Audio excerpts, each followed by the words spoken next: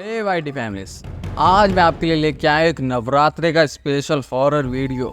ये horror video है हमारे विशाल भाई का, क्योंकि हमारे सब्सक्राइबर हैं और उनके साथ और उनके दोस्तों के साथ हुई थी। तो वो बता रहे थे कि यार पिछले साल हमारे साथ ऐसे ऐसे घटना हुई। तो मैंने कहा यार आप हमें ये पूरा अच्छे से बताएं और मेरे जीमेल पे जाकर लिख दें, और ये कहानी मैं आपकी यूट्यूब चैनल पर लेके आऊँगा। तो उन्होंने मेरे को यूट्यूब चैनल से क्या देखकर जीमेल पे भेज दी है ये कहानी, और मैं आपको बताऊंगा इतनी ज़्यादा ख़तरनाक है। और नवरात्रि में ये लोगों को मना कर रहे हैं कि ऐसे ऐसी चीज़ें ना करें, बिल्कुल रात में तो बिल्कुल ना करें। तो चलते हैं और जानते हैं कि यार हमारे विशाल भाई के साथ ही घटना हुई तो हुई कैसे। नवरात्रि तो ऐसा शुभ दिन होता है, उसके अंदर कैसे ये घटना हो सकती है, वो भी भूतिया घटना भाई। तो नवरात्रि में इनके दोस्तों ने दोनों ने एक तरह से एक प्लान बना रखा था मंदिर जाने। इन्होंने कह रखा था कि यार हम 9 दिन के लिए एक मंदिर जाएंगे, जैसे कि माता का मंदिर होता है तो वहाँ पे जाएंगे 9 दिन के लिए लगातार। तो इन दोनों ने डिसाइड कर लिया था कि यार जो जंगल के ना बीच में है ना मंदिर, उसी में जाएंगे, वहाँ पे ज़्यादा मानता है, वहाँ की देवी ना जल्दी प्रसन्न हो जाती है, ऐसा ये इनको लगता था। बच्चे थे, इनके दिमाग इतना था नहीं, इनको ये लगता था कि भाई वो अगर मंदिर हम चले गए तो वहाँ पर हम जो भी मांगेंगे, गाड़ी घोड़ा जो भी बंगला, तो मिल जाएगा। एक तरह से वो अपने बता रहा था कि भाई हम ये भी सोचते थे, इसलिए हम ऐसे ही जाते थे वहाँ। पहले 1-2 दिन गए थे तो हमारा उनके साथ कुछ नहीं हुआ। जैसे तीसरा दिन आया तो गांव वाले वहाँ पर कहते थे कि यार रात में वो मंदिर की तरफ मत जाना, वहाँ के रास्ते पे ना कुछ अजीब सी घटना होती है। वहाँ पर किसी को ना ऐसे मार के गिरा दिया था, और बहुत ज़्यादा चोर लुटेरे, क्योंकि एक तरह से अबेंडेड एरिया है, वहाँ पे कोई नहीं है, खाली पड़ा है, बहुत ही सुनसान है, ऐसा सिस्टम है वहाँ पे। तो इन्होंने सोचा कि यार हम 2-3 हैं, हम चल ले रहे हैं, हमको कोई दिक्कत नहीं है, हम डंडा उंडा रख लेते हैं। अगर कोई चोर लुटेरा आएगा या कुछ ऐसी चीज़ होगी जो हमको भी पता नहीं होगी तो हम उससे कैसे बचेंगे। एक तरह से डंडा उंडा ले रहे हैं, जानवर से भी हम बच जाएंगे। रात के 7 से 8 बजे के करीब ये निकल गए। पूरा तैयार व्यार थे, माता का सामान ले रखा था, कह रहे थे कि यार वहीं जाएंगे और वहीं जाकर पूजा करेंगे। इन्होंने 9 दिन का तय मान रखा था कि यार हमें उसी मंदिर के अंदर जाना है और वहीं पे पूजा करनी। तो घर पे तो पूजा ये करते नहीं थे, बस मंदिर में सोच रखी थी कि यार वहाँ जाएंगे, पूजा वूजा करेंगे, जो मांगेंगे हमें मिलेगा। इनका ये था एक तरह से लालच वाला हिसाब। और लालच करोगे तो कुछ ना कुछ तो गड़बड़ होगी। एक तरह से उनके साथ भी गड़बड़ी हुई है, मुझे लगता है भगवान ने की है। धीरे धीरे मंदिर के तरफ बढ़ रहे थे। जैसे ही बढ़ रहे थे तो उनको लग रहा था कि यार हम थोड़ा ना गलत सी साइड जा रहे हैं। उनको बार बार ऐसी ऐसी चीज़ें दिख रही थी जो एग्जिट ही नहीं करती।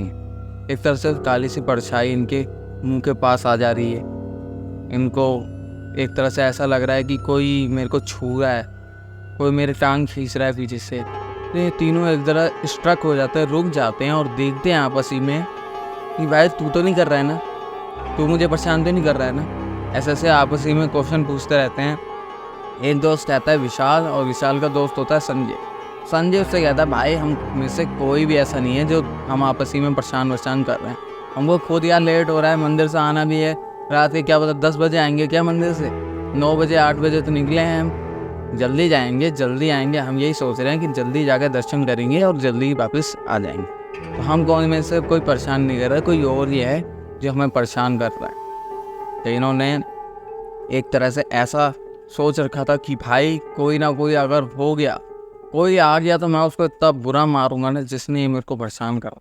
वो सोच रहा है कोई मेरे फैमिली मेम्बर्स में से है या कोई गाँव में से कोई लड़का आ गया है जो हमें परेशान कर रहा है, पीछे से दे मार दे रहा है। ऐसे करके उनको बार बार कुछ ना कुछ लग जा रहा था। एक क्या हुआ, उनको जैसा कि पेड़ होता है, पेड़ के ऊपर से ना एक पत्ता गिरता है, पूरी टहनी, ज़्यादा भारी नहीं होती, ऐसी होगी 1.5-2 किलो की टहनी थी, वो सामने आके गिरते छट। ये सब डर जाते हैं, उनको कुछ समझ नहीं आता कि यार ये टहनी तो अभी अच्छी खासी थी, एकदम कैसे गिर गई। तो ये सोचते हैं कि यार तो गाँव वालों ने हमारे लिए लग रहा है प्लान कर रखा। वो बिल्कुल ऐसे थे कि भाई भूत प्रेत में तो मानना ही नहीं है। उन्होंने सोचा था कि गांव वाला ही कर रहा है, पर गांव वाला कौन उनको छेड़ेगा, क्या है गांव वालों का क्या लेन देना हमसे। वो कह रहे गाँव वालों ने करा है। कह रहा वो मुकेश ने करा होगा, मुकेश हमसे ज़्यादा जलता है, ऐसा ऐसा हमें डराना चाहता है, कहीं ना कहीं कैमरा भेज दे होगा। एक तरह से वैसा वाला उनकी सोच थी। जैसे ही मंदिर के पास जा रहे बस ऐसे ही रह गया था, 1.5 किलोमीटर रह गया था। तो इनको क्या दिखता है कि इनके पास से कोई कान से या कान के थोड़ी सी दूर से इसका नाम बुला रहा है, संजय संजय संजय। 3 बार संजय संजय संजय बोलता है और 3 बार विशाल विशाल विशाल। संजय को विशाल का नाम आता है, विशाल को संजय का नाम आता है। कहता है यार तेरा नाम मेरे कान में कैसे बज रहा है? वो कहता है तेरा नाम मेरे कान में बज रहा है। कह रहा है यार तुझे भी सुनाई दे रहा है क्या? तो वो उसके बगल में होता है, उसका नाम होता है अजय। अजय को कुछ सुनाई नहीं आ रहा होता है। वो कहता है भाई क्या बोल रहे हो, मेरे को कुछ समझ नहीं आ रहा है, मुझे ना तुम्हारी टहनी दिख रही है, ना तुम्हारा कोई पत्ता दिख रहा है, ना कोई चोट आ रही है, ना कोई आवाज़ आ रही है, ना कोई परछाई दिख रही है, मुझे कुछ भी नहीं दिख रहा है। वो था बिल्कुल पॉजिटिव बंदा, उसके अंदर एक भी डर नाम की चीज़ नहीं थी। वो एक तरह से मानता होता, मैं ज़्यादा मानता था। वो इनके तरह नहीं था लालची वालची किस्म का। वो बिल्कुल सही बंदा था, एक्यूरेट बंदा था, जो कि भगवान में मानता है। उसके अंदर ऑरा भी बहुत अच्छा था, एक तरह से पॉजिटिव ऑरा, जो चीज़ को छू दे वो चीज़ पॉजिटिव हो जाए, नेगेटिव चीज़ को भी पॉजिटिव कर दे, इतनी क्षमता थी उसके अंदर। अजय एक नंबर बढ़िया था, मतलब बहुत ही बढ़िया बंदा था, धार्मिक बंदा था, अच्छा बंदा था। तो संजय और हमारा विशाल ने सोचा कि यार हम दोनों को ही आवाज़ आ रही, कुछ ना कुछ तो गड़बड़ है, हमारे साथ कुछ ना कुछ तो होने वाला है। इस अजय को तो पता ही नहीं लग रहा है कि यार हमारे साथ हो क्या रहा है। तो एकदम इनकी पीठ पे 2 हाथ आते हैं और एकदम बड़ा आग से मारते हैं, बहुत तेज। आज भी उनके वो नीला पड़ रखा है, पता नहीं कैसा मारा है भूतों ने यार, समझ ही नहीं आया। पूरी उंगलियां तक छप चुकी हैं उसके कमरों में, दोनों के कमरों में इतने बड़े बड़े हाथ होंगे, पूरे छपे पड़े हैं भड़ाक से। तो मुड़ के देखते हैं कि यार विजय, वो मतलब संजय, तूने तो नहीं मारा है? तो संजय कहता है यार सचिन तूने तो नहीं मारा है? अरे यार विशाल भाई मेरे को कुछ नहीं पता है। अजय कहता है यार कुछ नहीं पता भाई, कौन क्या कर रहे हो, क्या कह रहे हैं, क्या मेरे को समझ ही नहीं आ रहा है। अजय को कुछ भी पता नहीं लग रहा था क्या हो रहा है वहाँ पे, और क्या वो मतलब एक तरह से चीकम चिकैया कर रहे थे, उनका समझ नहीं आ रहा था अजय को कुछ भी। पर अजय को एक तरह से एनालाइज हो जाता है, उसको पता लग जाता है कि यहाँ पर कुछ ना कुछ तो है। मंदिर इनके ठीक सामने था, बिल्कुल ही एक तरह से सजा हुआ था, उसके आसपास बिल्कुल भीड़ नहीं थी, क्योंकि नवरात्रि का समय था, वहाँ पर तो भीड़ होनी ही चाहिए। वो ऐसी रात थी जहाँ पर भूतों का राज होता है।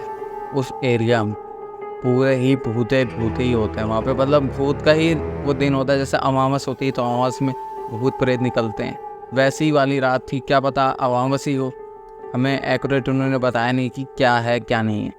तो वही था, उसको पता लग गया था अजय को कि यार आज ना कुछ तो हो सकता है, आज किसी की एक की मृत्यु तो तय है। तो अजय ने इन दोनों को बताया कि भाई तुम दोनों यहाँ से जल्दी मंदिर के अंदर घुस जाओ, नहीं तो तुम्हारे साथ कुछ ना कुछ हो सकता है। तो सामने मंदिर की तरफ वो जैसे ही भागते हुए बढ़ते हैं तो एक देखते हैं कि एक बूढ़ी औरत जो मंदिर के ठीक 2-4 फीट दूर बैठी है, और उनके मुँह झुका होता है, जैसे कि पल्लू लेके कोई ऐसे मुंह रखा होता है। मैं आपको फोटो में दिखा दूंगा, ऐसे करके वो झुकी हुई थी। तो जैसे ही पास में आते हैं और अम्मा उठती है और कहती है कि तुम क्या कर रहे हैं यहाँ पर, वो भी इतनी रात में, और उसकी इतनी ज्यादा गंदी स्माइल की, जैसे कि कोई भूत प्रेत की स्माइल नहीं होती, इविल स्माइल, बहुत ही ज़्यादा क्रीपी, बहुत ही खतरनाक ऐसे स्माइल थी। और कह रही थी कि तुम आज मर जाओगे, तुम दोनों में से आज कोई नहीं बचे, मैं मारूंगी तुम्हें, मैं तुम्हें खा जाऊंगी, ऐसे कर दूंगी, वैसा कर दूंगी, ये वो। तो उन दोनों को पता नहीं पागलपंती होने लगी, वो एक तरह से आपस ही में लड़ने लगे। इतना ज़्यादा मतलब वहाँ पे वो रखा था, छलावा टाइप ही था समझ लो, कि वो आपस ही में ही लड़ाई करवा रहा था उनके। बिल्कुल खतरनाक लड़ाई कर रहे हैं, कोई किसी को मार रहा है, कोई किसी को मार रहा है। अजय अगर वहाँ पे ना होता तो वह दोनों आपस ही में लड़कर मर जाते। अजय ने दोनों को हटाया, अजय ने के हाथ में कुछ माला वाला थी, गले में कोई माला थी। उन्होंने कहा कि यार मैं तो सुरक्षित रह लूँगा, इन दोनों को ज़रूर। जैसी माला पहनाते हैं तो वो एकदम सही हो जाते हैं जैसे पहले से। तो कहता है अजय कि यार मंदिर के अंदर भागो, ये कोई बूढ़ी औरत नहीं है, ये एक छलावा है, एक फेस स्ट्रक्चर है, मतलब फेस चेंजर होते हैं वो ही है। ये बहुत ही ज़्यादा गंदे होते हैं और ये आपसी में लड़ाई करवा के तुम्हें मरवा देंगे, या तुम्हें ये खुद ही अपने नाखूनों से घोंप घोंप के मार देंगे। तो जैसे ही मंदिर के अंदर घुसते हैं, पूरी वॉल्यूम जो बाहर की एकदम अप थी, 100 नंबर थी, वो एकदम 0 हो जाती है। बिल्कुल पॉजिटिव मूड हो जाता है और वो वहाँ पर बैठकर दुर्गा चालीसा का पाठ करने लगते हैं। तीनों दुर्गा चालीसा का पाठ कर रहे हैं। गेट का चैम्बर इन्होंने लॉक कर लिया था और बाहर से वो जो आत्मा थी, जो भूत था, जो छलावा था, वो बाहर चीख रहा है बहुत ही गंदी तरीके से।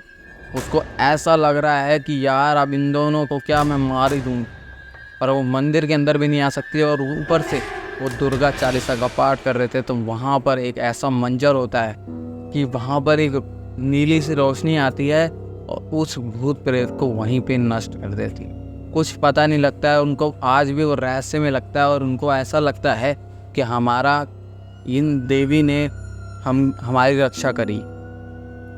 वो आज भी मानते हैं, और पर वो रात के वक्त कभी भी मंदिर की तरफ, उस वाले मंदिर की तरफ तो बिल्कुल नहीं जाते हैं। और वो मंदिर की तरफ जाते हैं तो वो सुबह ही जाते हैं, पर उनकी पीठ पर वो छाप आज भी वहीं पे है। वो अगर अपनी फ़ोटो छाप का भेजेंगे तो मैं आपको इसी वीडियो में, अगली वीडियो में बता दूंगा कि हाँ भाई कि ऐसा ऐसा उनके साथ हुआ था। कभी भूतों से पंगा मत लो, बिल्कुल मत लो भाई भूतों से पंगा। और हाँ, किसी ने हमारे चैनल अभी भाई को सब्सक्राइब नहीं किया है तो तुरंत जाकर सब्सक्राइब के बटन पर क्लिक करें, जिससे कि मैं अपनी दूसरी वीडियो को लाऊंगा तो आप इस फ्रंट पेज पे आए। मिलते हैं दूसरी वीडियो के साथ, तब तक के लिए नमस्कार, बाय बाय, थैंक यू।